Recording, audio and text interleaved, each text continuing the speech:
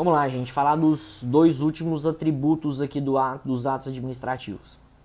O terceiro atributo do ato administrativo é a chamada imperatividade, tá? A imperatividade é também chamada pela doutrina de poder extroverso. Então, eu queria que vocês soubessem disso. A imperatividade, que é um terceiro atributo, uma terceira característica dos atos administrativos, é chamada também pela doutrina de poder extroverso. O que é a imperatividade ou poder extroverso? É a característica que um ato administrativo tem de poder ser cumprido sem a concordância de um particular.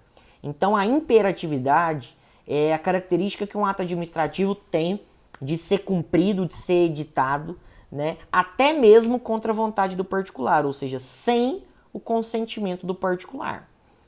Exemplo, gente, pergunto, quando você comete alguma irregularidade de trânsito, né, você está sem cinto ou você está falando no celular, o agente de trânsito, ele te pergunta se você aceita ser multado?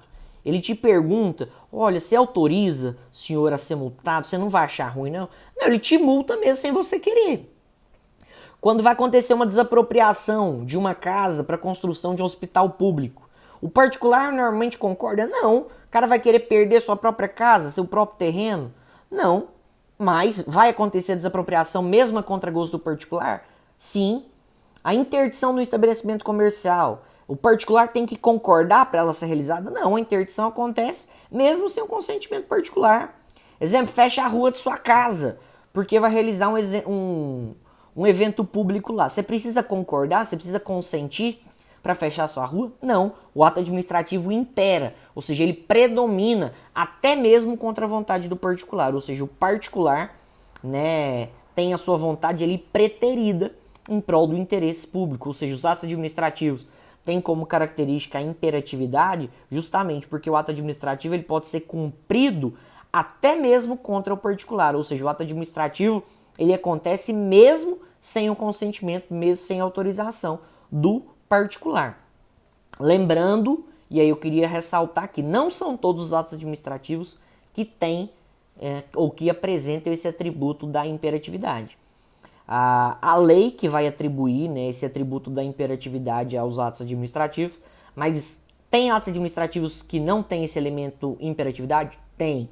Exemplos, atos negociais e atos enunciativos. Exemplo, atos negociais e atos enunciativos. Nós vamos falar dele mais para frente, quando a gente for falar da classificação dos atos administrativos, mas exemplo, um ato enunciativo, que é aquele ato que vai simplesmente declarar ou vai, né, expor uma informação. Exemplo, uma circular na administração pública falando que determinado dia vai ser feriado. Ou, digamos, vamos colocar aqui uma certidão, beleza? Uma certidão emitida pelo um órgão público que tal fulano compareceu. É um ato enunciativo, ou seja, ele não tem caráter de imperatividade, porque ele só está atestando, né, uma informação, uma situação pré-existente. Então, como regra, os atos administrativos eles são imperativos, mas excepcionalmente existem atos administrativos que não têm esse atributo? Sim, quais? Atos negociais e atos enunciativos. Beleza? Vamos lá. Último aqui atributo dos atos administrativos que é importante a gente falar, e esse atributo aqui, né, a principal, digamos assim, subsidiadora, né, desse ato administrativo, né, doutrina, é a Maria Silva Zanella de Pietro.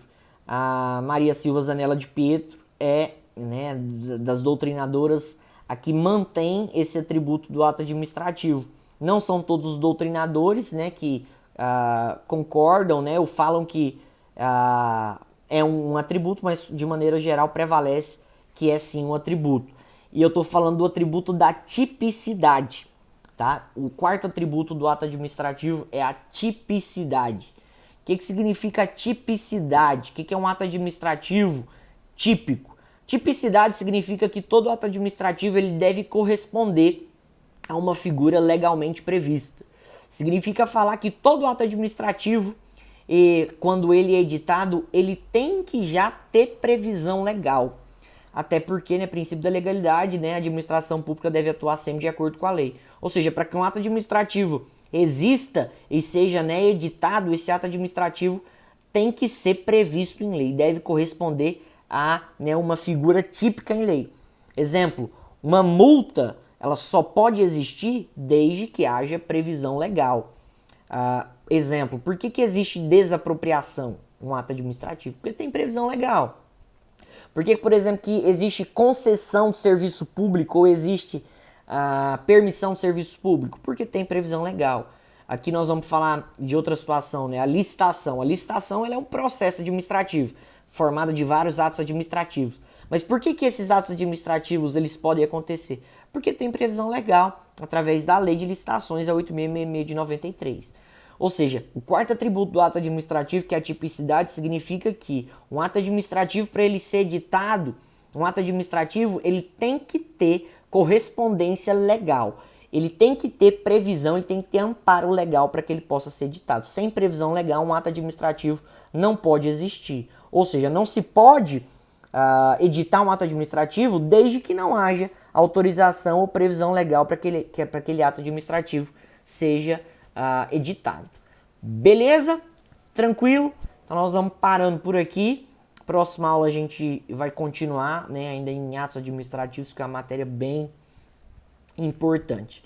Beleza, pessoal? Fiquem com Deus. Deus abençoe, Deus ilumine aí o restante da semana de vocês. Que a gente possa continuar aí firme, perseverando. Beleza? Fica com Deus. Deus abençoe.